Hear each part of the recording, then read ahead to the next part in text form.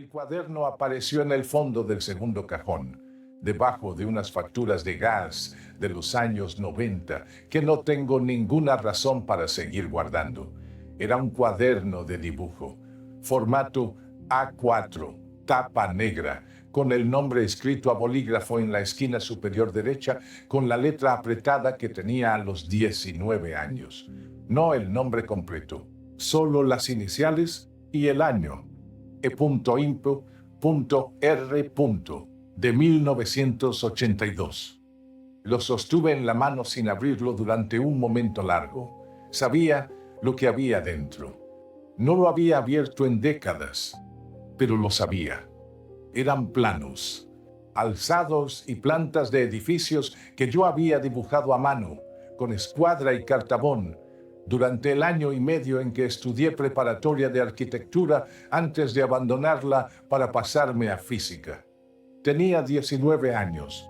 Creía que iba a ser arquitecto. Nunca lo fui. Lo que encontré al abrirlo me detuvo de una manera que no esperaba. No por la nostalgia, que también, sino por la calidad de los dibujos. Estaban bien hechos. Tenían algo, una perspectiva de escalera de caracol, vista desde abajo, que yo no recordaba haber dibujado y que, al verla 43 años después, me produjo una sensación extraña. La sensación de que la persona que hizo eso sabía lo que estaba haciendo. Y la pregunta que llegó inmediatamente después, sin que la invitara, fue esta: ¿me equivoqué de don?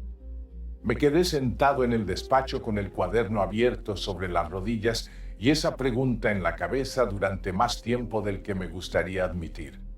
Y debajo de ella, más difusa, más difícil de articular, había otra pregunta.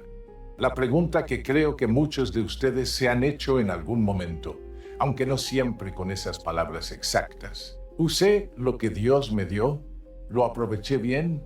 ¿O hay algo que tenía y que por alguna razón que todavía no entiendo del todo, nunca llegó a ser lo que podría haber sido? Eso es lo que quiero examinar esta noche. No un arrepentimiento concreto, no un error específico, no la carta que no se envió ni el tiempo que no se dio, sino algo más difuso y en cierto modo más perturbador. La sensación de que los dones que Dios nos dio fueron subutilizados de alguna manera que no sabemos nombrar con precisión. Y para hacerlo voy a empezar por algo que me parece que cambia la pregunta desde el principio. Antes de entrar en materia, necesito ser honesto sobre algo que circula constantemente en Internet, atribuido a Einstein. La frase dice, con pequeñas variaciones según la fuente, lo más triste en la vida es el talento desperdiciado. Es una cita que aparece con la foto de Einstein de fondo. Aparece en miles de posts sobre el don no desarrollado, sobre los talentos que no se ejercieron, sobre el potencial perdido. Albert Einstein nunca dijo eso. Esa frase es de Chas Palminteri. La escribió para la película A Bronx Tale de 1993. La pronuncia el personaje Sonny en un contexto completamente diferente. Quote Investigator rastreó la atribución a Einstein y no encontró ningún documento, carta, ensayo ni testimonio que la contenga. No está en los archivos Einstein de la Universidad Hebrea de Jerusalén. No está en el Einstein Papers Project. No existe. Lo digo al principio, como hacemos siempre en este canal, porque la atribución falsa no es un detalle menor. Es el corazón del problema que quiero examinar esta noche. La frase, que no es de Einstein, asume que sabemos cuándo el talento fue desperdiciado, que existe un criterio claro para medirlo, que alguien, desde fuera o desde dentro, puede hacer ese cálculo con fiabilidad. Y Einstein, que sí habló sobre sus dones, dijo algo completamente diferente. En una carta a Carl Selig del 11 de marzo de 1952, cuando tenía 73 años y llevaba décadas siendo reconocido como el físico más importante del siglo XX, Einstein escribió algo que cuando lo leí por primera vez me obligó a dejar el papel sobre el escritorio. Escribió: No tengo ningún talento especial. Solo soy apasionadamente curioso. No tengo ningún talento especial. Un hombre que había reformulado el tiempo y el espacio, que había demostrado que masa y energía son la misma cosa, que había cambiado la comprensión del universo. Ese hombre, a los 73 años, con todos los premios y los reconocimientos posibles detrás de él, dijo que no tenía ningún talento especial. ¿Qué significa eso para la pregunta del título de esta noche? Me parece que significa que hay un problema en la pregunta, no en la respuesta. Si Einstein, el hombre al que la historia va a recordar como el dueño del don intelectual más extraordinario del siglo XX, no sabía cuáles eran sus dones, ¿cómo vamos a saber nosotros si los desperdiciamos? La pregunta, ¿usé bien los dones que Dios me dio?, presupone que sabemos qué dones tenemos, que podemos identificarlos con claridad, que tenemos un criterio fiable para medir su uso, y esa presuposición, cuando se examina con atención, empieza a desmoronarse. Déjenme contarles algo sobre los 7 años que la historia suele llamar los años perdidos de Einstein. En 1902, con 23 años, Einstein consiguió un trabajo como examinador técnico de tercer nivel en la Oficina Federal de la Propiedad Intelectual de Berna, la Oficina de Patentes. No era el trabajo que quería. Había intentado encontrar una posición académica y no había podido. Ninguna universidad lo quería. Ningún profesor con quien había estudiado estaba dispuesto a recomendarlo para un puesto de investigación. Empezó en la oficina de patentes porque fue Michele Besso, su amigo, quien le recomendó para el puesto y porque no había otra opción. Desde fuera, esos 7 años parecían exactamente lo que cualquier observador externo los habría llamado: un callejón sin salida. Un físico con capacidades excepcionales, perdiendo el tiempo revisando patentes de máquinas de vapor y dispositivos electromecánicos. Los años más productivos de una carrera científica, los de los 20 a los 30, dedicados a una burocracia que no tenía nada que ver con la física teórica. Un talento desperdiciado, si usamos la lógica de la frase que no es de Einstein. En 1905, Albert Einstein publicó 4 artículos en los Annalen der Physik que cambiaron la física de manera permanente. 1. Demostró la existencia y el tamaño de los átomos.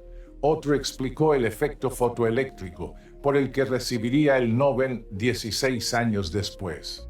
Otro fue el artículo fundacional de la relatividad especial, el que demuestra que el tiempo no es absoluto, que la velocidad de la luz es la misma para todos los observadores. El cuarto derivó la equivalencia entre masa y energía, E igual a mc al cuadrado. 4 artículos, en el mismo año, mientras trabajaba a tiempo completo en la oficina de patentes. Los años que cualquier observador externo habría llamado desperdiciados fueron los más creativos de su carrera. Y aquí está algo que me parece importante y que habitualmente no se cuenta. Einstein eligió esos años deliberadamente, al menos en parte. Después, cuando ya estaba en Princeton, y podría haber descrito la oficina de patentes como un obstáculo que superó a pesar de todo, Einstein habló de ese periodo de una manera diferente. Habló de la libertad que le daba un trabajo que no requería toda su atención intelectual. La libertad de pensar sin las presiones de la academia, sin tener que producir resultados que otros evaluarían, sin la necesidad de encajar en los marcos conceptuales que sus colegas universitarios daban por sentados. Los 7 años en la oficina de patentes no fueron un paréntesis en la vida de Einstein. Fueron el período en que la relatividad especial encontró el espacio para desplegarse. ¿Estaba Einstein desperdiciando su talento mientras revisaba patentes? La pregunta, cuando se examina desde dentro de la historia en lugar de desde fuera, empieza a no tener la respuesta que parecía tener. Y ahora quiero volver al cuaderno de dibujo. Me quedé esa tarde con la perspectiva de la escalera de caracol abierta sobre las rodillas y pensé en lo que había pasado con la arquitectura. No la abandoné porque se me diera mal. La dejé porque la física me absorbió de una manera que la arquitectura no lo había hecho. Porque había algo en las ecuaciones que me resultaba más necesario que los planos. No más fácil, más necesario. Eso, ahora que lo pienso con la perspectiva de los años, fue información sobre cuál era el don. No la habilidad técnica para dibujar planos, que la tenía, sino la dirección en que la energía iba de manera natural, sin que yo la empujara. Einstein lo dijo de una manera que me parece exacta cuando describió el don que sí reconocía. No hablo de la carta a Selig, donde niega tener talento especial. Hablo de otra fuente verificada, que aparece en múltiples documentos académicos y que Einstein formuló de distintas maneras a lo largo de su vida. El don que Einstein reconocía en sí mismo era la imaginación, o más precisamente lo que llamó el don de la fantasía. En una formulación que se atribuye a distintas cartas y entrevistas del periodo, el don de la fantasía ha significado más para mí que mi talento para absorber conocimiento positivo. Nótese lo que dice y lo que no dice. No dice, mis dones son múltiples y extraordinarios. No dice, soy brillante en física, en matemáticas, en el pensamiento abstracto. Dice, tengo un don específico, la imaginación, la capacidad de construir imágenes mentales de cosas que no puedo ver directamente. Un don, identificado con precisión. Y ese don no era la acumulación de conocimiento, que Einstein reconoce que no era su fuerte. Era la dirección que su energía tomaba de manera natural, hacia las imágenes, hacia los experimentos mentales, hacia preguntarse qué pasaría si pudiera montar sobre un rayo de luz y viajar a su velocidad. El criterio que Einstein usaba para identificar un don no era la acumulación, era la dirección de la energía, y eso, me parece, cambia la manera en que debemos examinar la pregunta del título. No, ¿cuánto produje con mis dones? Sino, ¿cuál era el don real? ¿Cuál era la dirección en que la energía iba de manera natural? Necesito hacer aquí un rodeo por algo que la neurociencia documentó en los últimos años y que, cuando lo leí en el contexto de esta pregunta, le dio un peso que no esperaba. En 1987, el psicólogo Edward Torrey Higgins, de la Universidad de Columbia, publicó lo que se conoce como la teoría de la discrepancia del yo. La idea fundamental es que los seres humanos mantenemos simultáneamente múltiples representaciones de nosotros mismos. El yo real, que es como somos. El yo ideal, que es como queremos o creemos que deberíamos ser. Y el yo obligado, que es como creemos que los demás esperan que seamos. La distancia entre esas representaciones, especialmente entre el yo ideal y el yo real, activa circuitos emocionales específicos. En actualizaciones de esa teoría publicadas entre 2023 y 2024, los investigadores han identificado con más precisión las regiones implicadas: la corteza prefrontal ventromedial y el cíngulo anterior. Son regiones que procesan la evaluación emocional de nosotros mismos y la activación que producen cuando perciben una brecha entre lo que creímos que podríamos haber sido y lo que ocurrió. No es una cuestión de carácter moral ni de fuerza de voluntad, es circuitería neural. La sensación de desperdicié mis dones es, en términos neurológicos, la activación de esa brecha entre el yo ideal del talento y el yo real vivido.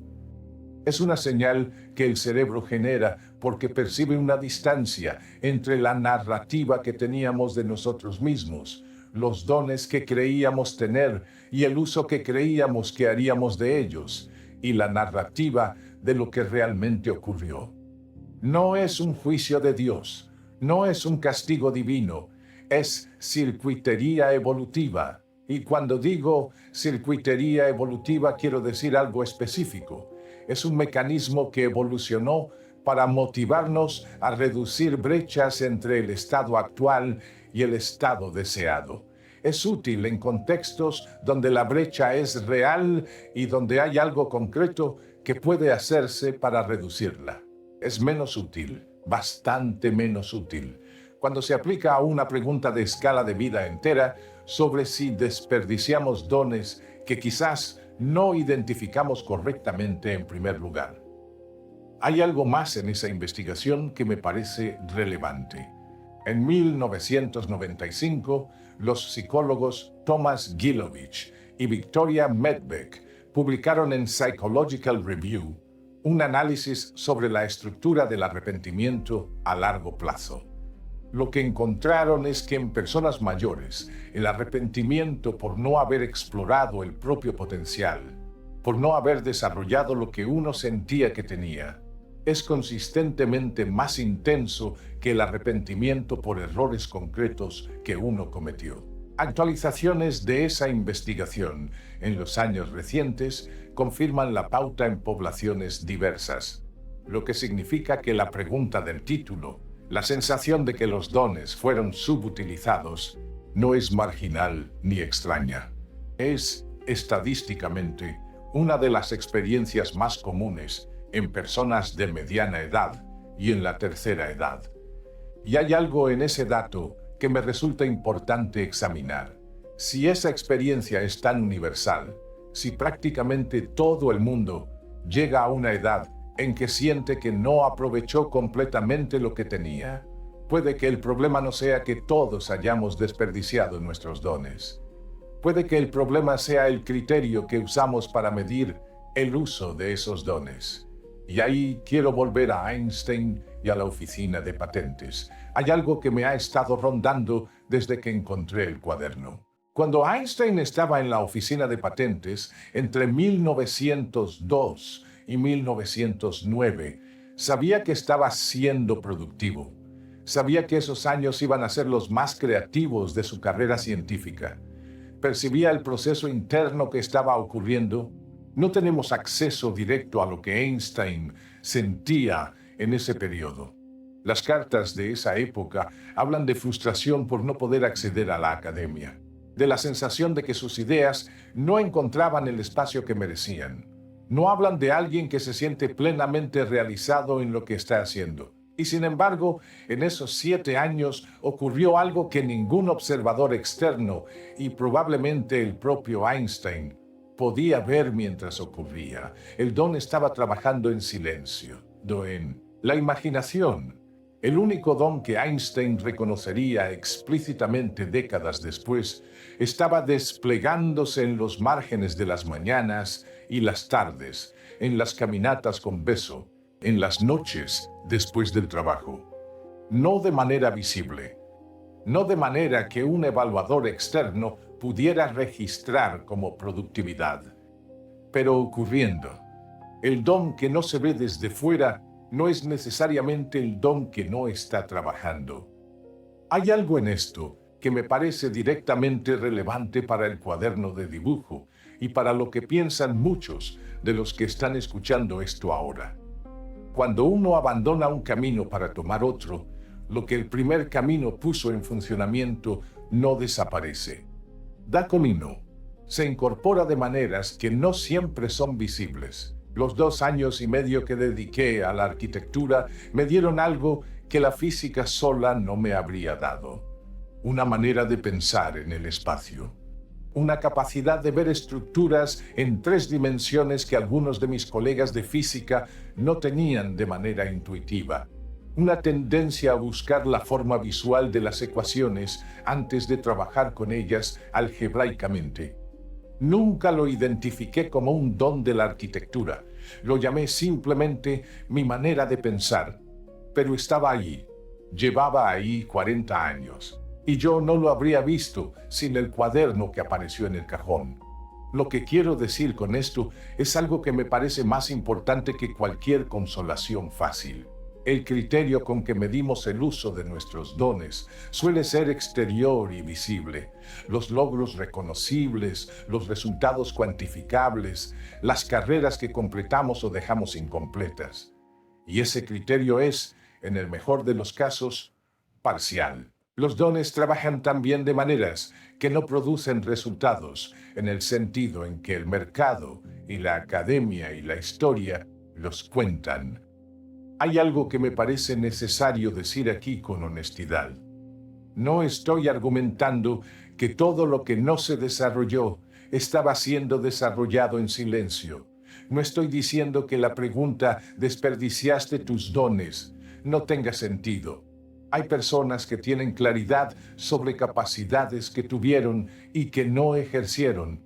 No porque la energía fuera en otra dirección, sino porque las circunstancias externas lo impidieron, o porque el miedo fue más fuerte que la vocación, o porque eligieron dar prioridad a otras cosas.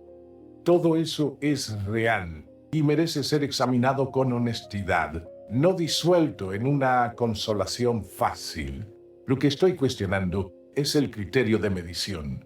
La pregunta de si los dones fueron aprovechados presupone que sabemos cuáles eran, que podemos medir el aprovechamiento y que el criterio de ese aprovechamiento es visible desde fuera. Einstein no sabía que tenía el don más importante del siglo XX mientras lo tenía, y cuando lo identificó como uno, la imaginación, no como una lista de capacidades, como una dirección.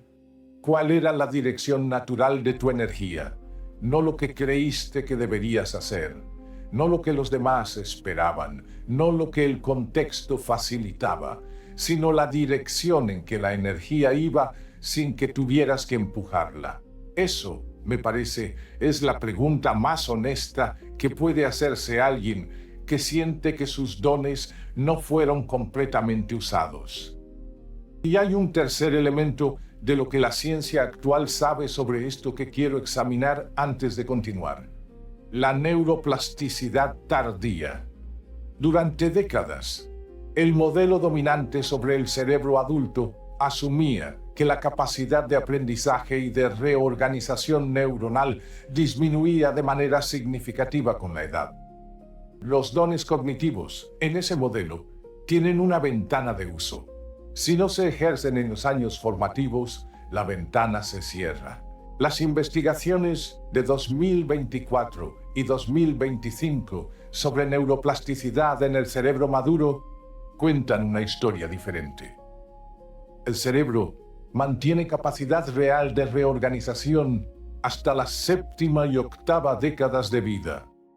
No de la misma manera que en la infancia y no para todos los tipos de aprendizaje por igual, pero la capacidad de desarrollar habilidades cognitivas, de explorar talentos que no se ejercitaron antes, de cambiar la dirección de la energía, no se cierra con la edad de la manera que asumíamos. Y hay una diferencia fundamental entre los dones cognitivos y los físicos que hace que esto sea especialmente relevante. Los dones físicos, la velocidad, la flexibilidad, la potencia muscular, sí tienen una ventana biológica estrecha. Un atleta que no entrena sus capacidades físicas en la adolescencia y en los 20 años las pierde de manera significativa. Los dones cognitivos no funcionan así. La capacidad de pensar en términos matemáticos o filosóficos o narrativos o musicales que no se ejercitó a los 40 no desapareció a los 65. Está latente, modificada por el tiempo, quizás menos fluida de lo que habría sido, pero presente. El don que no se usó a los 40 no desapareció. Esto, que puede sonar como un detalle técnico, tiene una implicación que me parece importante para la pregunta de esta noche. Si la pregunta ¿desperdiciaste tus dones?, se formula en tiempo pasado, como si el juicio estuviera cerrado y todo lo que resta es cargar con el resultado. Ese encuadre está mal calibrado para la realidad biológica del cerebro maduro. No digo que todo sea posible, no digo que el tiempo no importe. Sí digo que el veredicto no está tan cerrado como la pregunta original asume. Hay algo que quiero examinar ahora, que me ha estado ocupando desde que encontré el cuaderno. Voy a llamarlo la paradoja de los dones invisibles. Cuando Ernesto estudiaba preparatoria de arquitectura a los 19 años, nadie que lo observara habría visto que estaba desarrollando una manera de pensar en el espacio que 30 años después iba a cambiar la manera en que explicaba la relatividad general a sus alumnos. Nadie lo habría predicho. Probablemente ni yo mismo lo habría formulado así en ese momento. Y sin embargo, ocurrió. El don no siempre tiene el nombre que creemos que tiene. No siempre produce los resultados que creemos que debería producir. Y el recorrido que hace, el camino entre la capacidad potencial y el impacto real, no siempre es el camino que imaginamos cuando decimos, voy a desarrollar este don. Einstein tenía el don de la imaginación, pero la manera en que ese don llegó a la física teórica pasó por años de no ser reconocido por ninguna universidad, por 7 años en una oficina de patentes, por caminatas matutinas con un amigo ingeniero que no publicó ningún artículo importante en su vida. No fue un recorrido recto, no fue visible en el momento en que ocurría. Los dones que Dios nos da no siempre vienen con etiqueta de uso y con instrucciones de aplicación. A veces vienen como capacidades que tardan décadas en encontrar el contexto donde van a hacer lo que están hechas para hacer. Y hay algo más en esto que quiero ser honesto al decir. El impacto de un don nunca es completamente visible para quien lo tiene. Einstein no vio a los físicos que formó con sus artículos, no los conoció. No supo cuántas personas, en cuántos países leyeron la relatividad especial y entendieron algo sobre el universo que no habían entendido antes. No pudo medir el alcance de lo que hizo en términos que le resultaran tangibles. Ernesto sí vio a algunos de sus alumnos, pero no los vio a todos. No sabe qué pasó con la mayor parte de las personas que estuvieron en sus clases durante 32 años. No sabe si la frase que dijo un martes cualquiera de 1993 cambió algo para alguien que nunca volvió a decirle nada. ¿Puede esa invisibilidad cambiar el juicio sobre si los dones fueron usados? Creo que sí. Creo que tiene que hacerlo. En el vídeo 13 de este canal, que examinó el tema de la misión en la vida, había una historia sobre una llamada de una exalumna que decía recordar una frase que yo no recordaba haber dicho. Una frase que, según ella, había cambiado el rumbo de algo importante en su vida. No la recuerdo, nunca la voy a recordar, pero ocurrió. Está en el registro de alguien, aunque no esté en el mío. El don que no podemos medir no es el don que no ocurrió.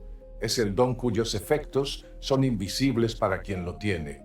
Y ese ángulo, me parece, es el que la pregunta del título no contempla cuando se formula de la manera habitual. No cuánto logré con mis dones, que es la pregunta que activa el circuito de la brecha ideal real del que hablaba Higgins, sino ¿qué quedó del don en quienes lo recibieron de ti? Y esa pregunta, por definición, no puede responderse desde dentro. Solo existe en el registro de los otros. Voy a contar algo que no había pensado contarles esta noche hasta que llegué a este punto del argumento. Mi padre era maestro. Enseñó matemáticas en primaria durante 38 años en un colegio de un barrio trabajador de Valladolid. No era un matemático, no publicó ningún artículo, no tenía ningún don extraordinario en el sentido en que la historia lo registraría. Lo que tenía era una capacidad concreta para hacer que los números dejaran de asustar, para encontrar la explicación que era específica para ese niño específico en ese momento específico, para saber, antes de que el alumno lo supiera él mismo, que la dificultad no era de inteligencia, sino de ángulo. Eso es un don. No lo llamaría así en ese momento, lo llamaría hacer bien su trabajo. pero es un don. Y yo lo vi usarlo durante 40 años. ¿Lo usó bien? ¿Aprovechó lo que Dios le había dado? Desde fuera, desde el criterio visible de los logros reconocibles, la respuesta sería: fue un buen maestro de primaria. Hizo lo que le tocó hacer. Pero hay una respuesta diferente que solo es posible desde dentro de las historias de las personas que pasaron por sus clases. No tengo acceso a esas historias. Mi padre murió hace años y no me las contó. Probablemente él tampoco las sabía todas. Los dones de mi padre vivían en el registro de personas a las que yo nunca conocí. ¿Desperdició sus dones? No tengo manera de responder esa pregunta. Y creo que eso es exactamente el punto. Necesito volver a Einstein una vez más, porque hay algo en la carta a Sillig que no he terminado de examinar. No tengo ningún talento especial, solo soy apasionadamente curioso. Esa frase, cuando la leo ahora, no me parece una declaración de modestia. Me parece algo más preciso. Me parece que Einstein estaba describiendo cuál era el mecanismo, no el resultado, los artículos, los premios, la reformulación del universo. El mecanismo, la curiosidad, la disposición a seguir preguntando cuando otros ya estaban satisfechos con la respuesta anterior. Y cuando uno lo ve desde ese ángulo, la frase completa dice algo diferente. No dice, no soy especial. Dice, lo que me mueve no es un talento en el sentido de una capacidad extraordinaria dada desde el principio. Es una disposición, una manera de relacionarse con las preguntas. Algo que se practica, no algo que se tiene. La curiosidad apasionada no es un don que se desperdicia dejándolo sin usar. Es un don que se activa en el momento en que se practica. Y eso, dicho así, abre algo que la pregunta original cierra.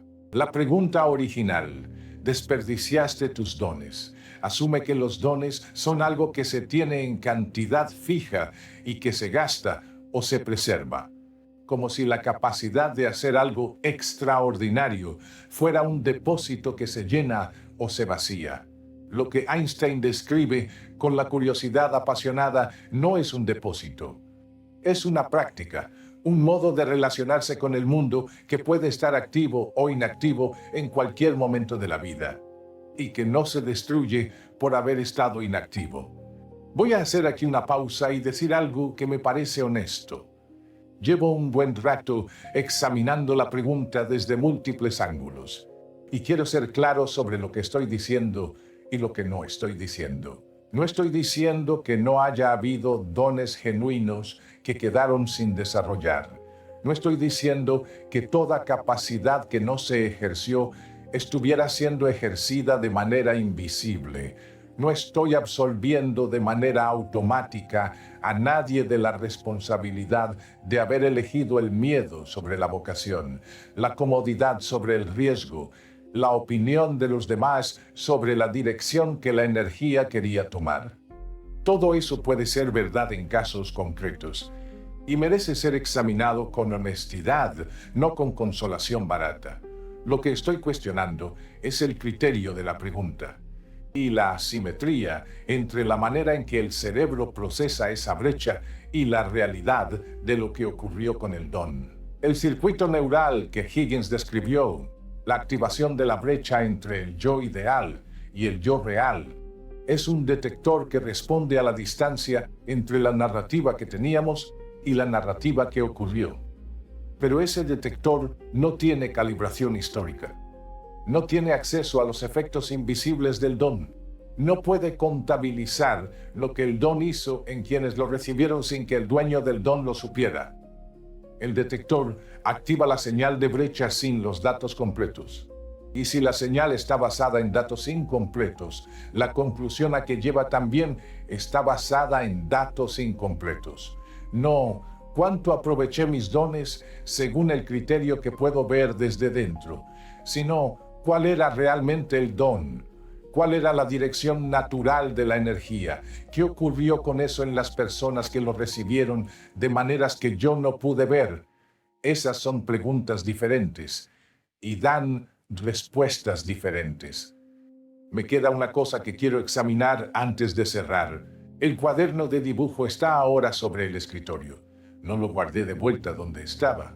Lo que me produjo cuando lo abrí no fue exactamente tristeza. Tampoco fue consuelo. Fue algo que tardé un par de días en nombrar. Fue asombro. Asombro de que la persona que dibujó esa perspectiva de escalera de caracol a los 19 años y la persona que lleva 32 años explicando cómo se curva el espacio alrededor de una masa sean la misma persona. De que el camino entre esos dos momentos no fuera recto, ni visible en el momento en que ocurría, ni planificado. De que el don, sea cual sea el nombre que uno quiera darle, no se perdió en el cambio de dirección.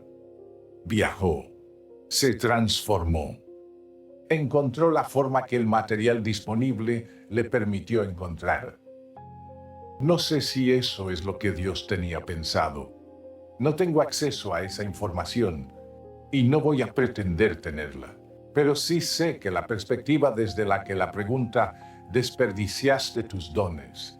tiene más sentido no es la perspectiva de los 70 años mirados desde dentro, con el criterio de los logros visibles y la brecha entre el yo ideal y el yo real. Es la perspectiva de alguien que puede ver el recorrido completo desde fuera. Y ninguno de nosotros tiene esa perspectiva sobre su propia vida. Einstein no la tenía. Mi padre no la tenía. Yo no la tengo. Lo que sí tenemos es la posibilidad de cambiar la pregunta.